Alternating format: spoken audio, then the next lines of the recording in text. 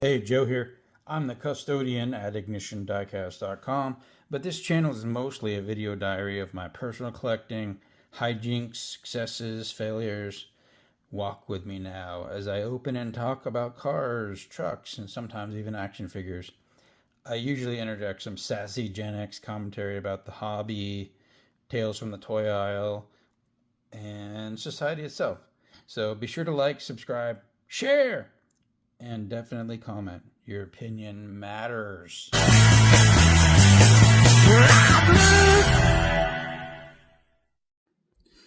Good morning. Joe here with my coffee. Real live coffee. This is like my fourth cup, but I really love this stuff. And I was thinking about, why do I love coffee so much? The British have this term, tea and sympathy, or I guess they host people or comfort people with tea. Here in the States, I think it's more like coffee and comfort. And a lot of people, myself included, sort of associate coffee with relaxation and comfort. And which reminds me of my grandmother. And I was born in 1970, so I grew up in the 70s, became a teenager in the early 80s. So I used to spend the holidays and long weekends at my grandmother's house, either my paternal grandmother or my maternal grandmother's house. But the grandmother I'm talking about is my paternal grandmother. And she always had coffee going. Like, she'd sit in the living room with me, but if people came by, which was often, they'd just drop by. People from the neighborhood would stop by, and she'd sit in the kitchen with them and make them a cup of coffee, and they'd talk for hours. And I could never figure out, as a kid and a preteen, why my grandmother allowed these weirdos in the house. And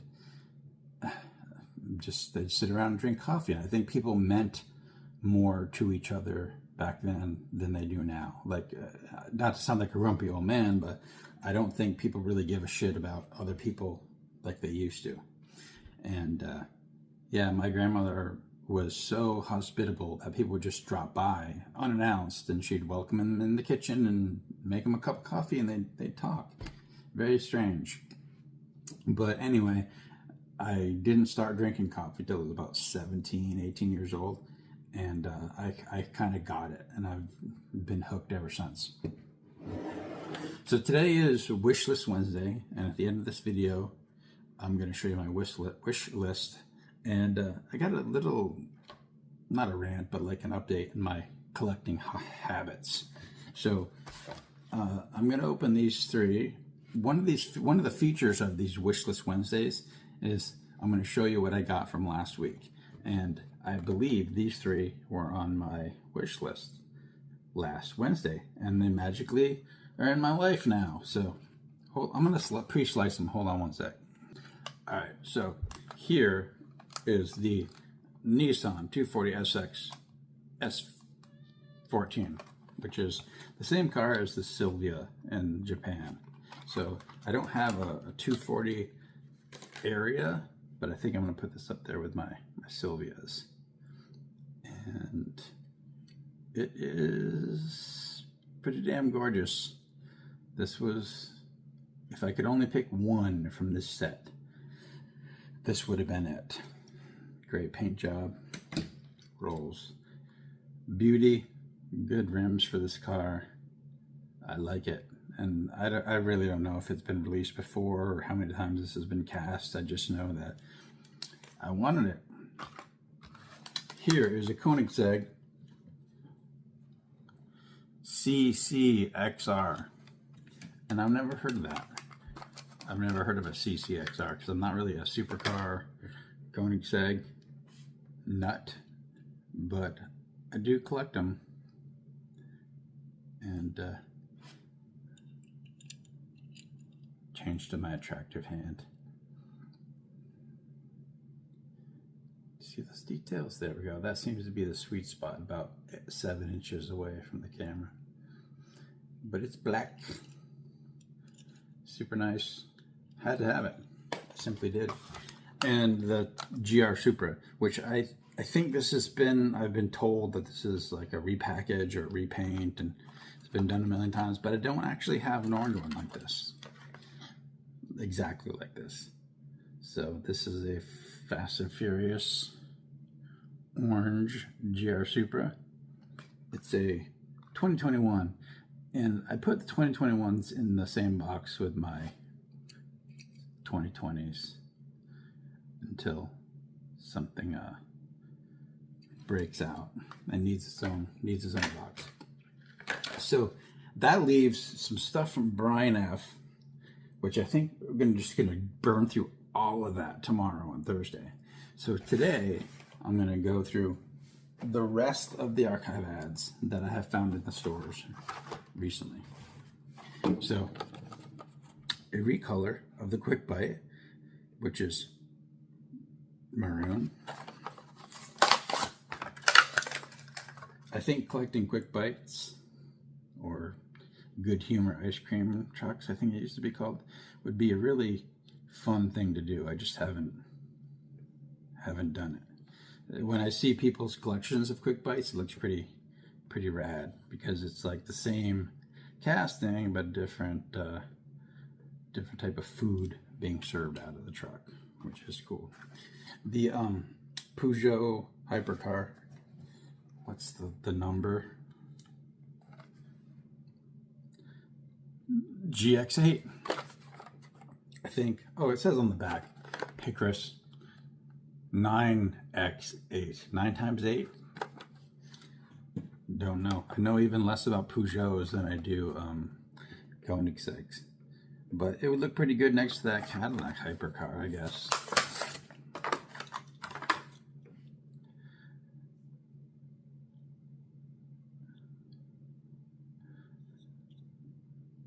And I think my homework after this video is to look up, what do they use hypercars for? Are these like race cars? Are they just like land speed records, or just like rich automotive company owners like starting their stuff, or what? Here is another Koenigsegg Jesco. What's the year?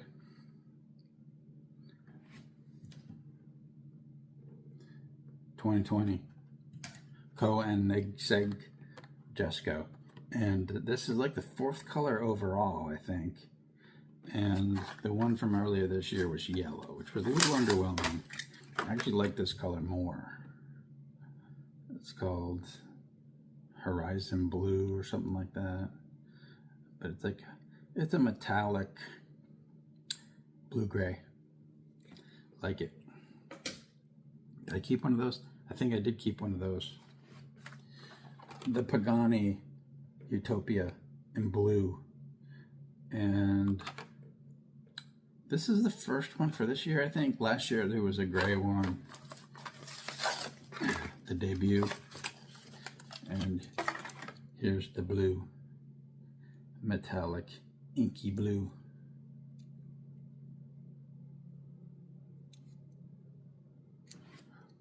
What is that white thing? It's not an error. One is the door handle, but what's that thing down there below the door handle? Don't know. Utopia. You know, I kept one of these because I'm a Civic nut. There's been 3 colors of this so far. There was red, then the yellow, Family Dollar Tree exclusive, and then now this blue one. And I think there's another one coming too, like some sort of a retailer exclusive of this. But yeah, I kept this. The first one I found, I kept, because I have an actual checklist for the master set archive of the cars that are needed. Myself, I'm more of a free collector. I just sort of keep what I like, and I definitely like Civics.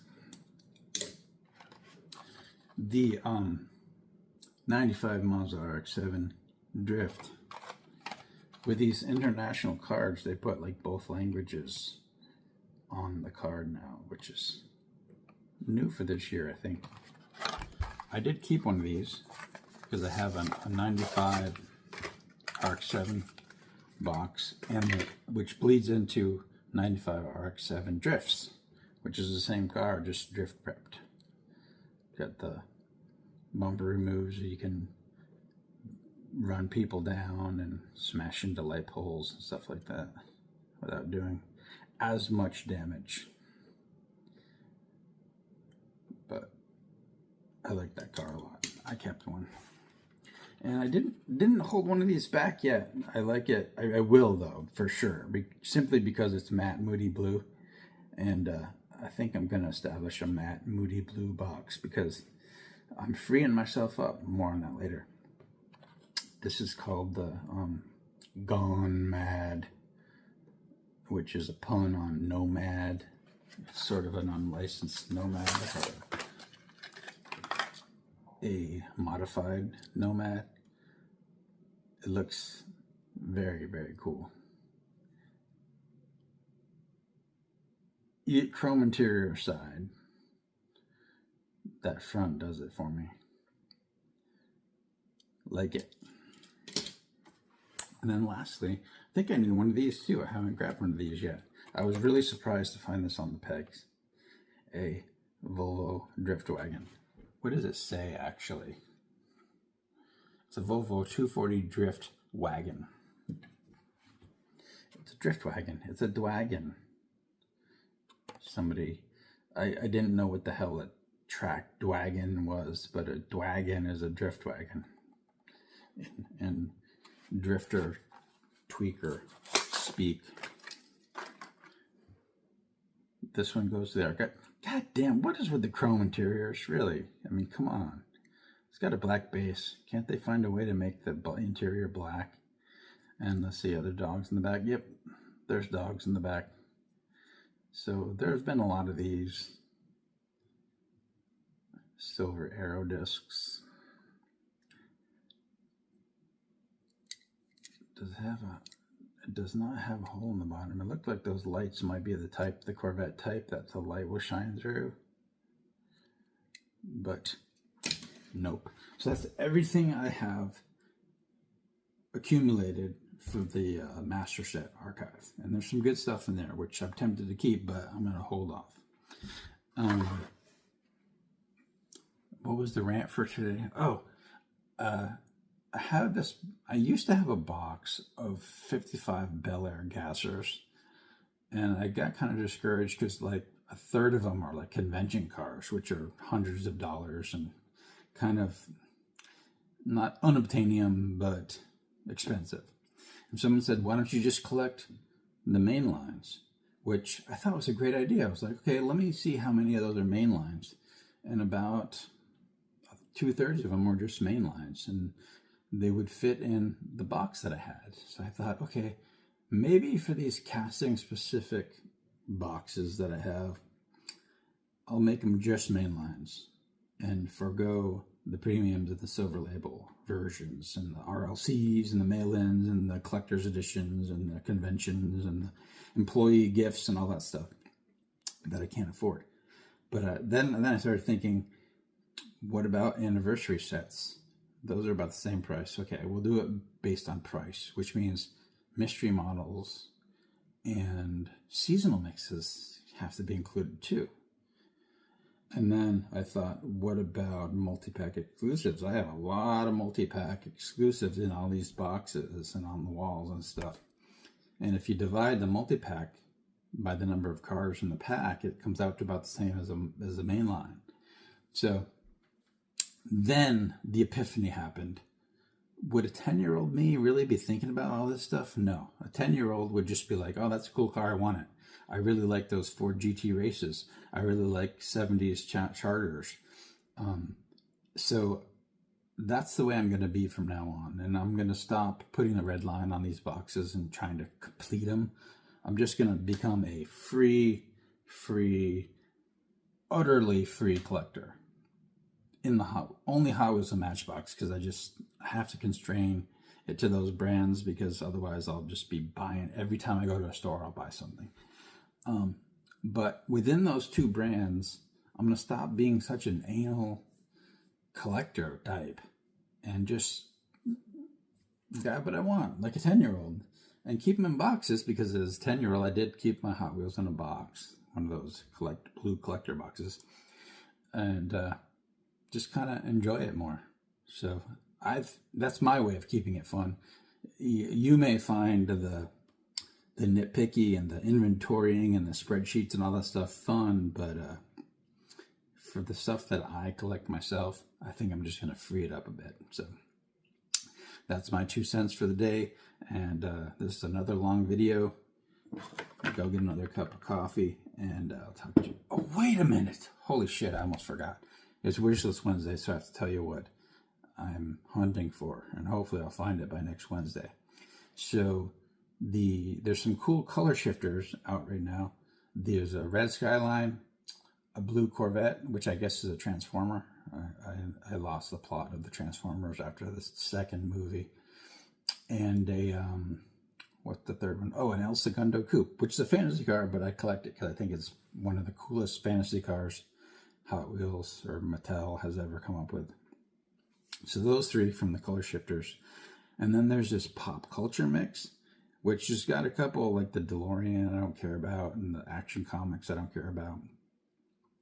But it's got a Ford GT Race, a BMW M5, the Mission Impossible version. Didn't see that movie.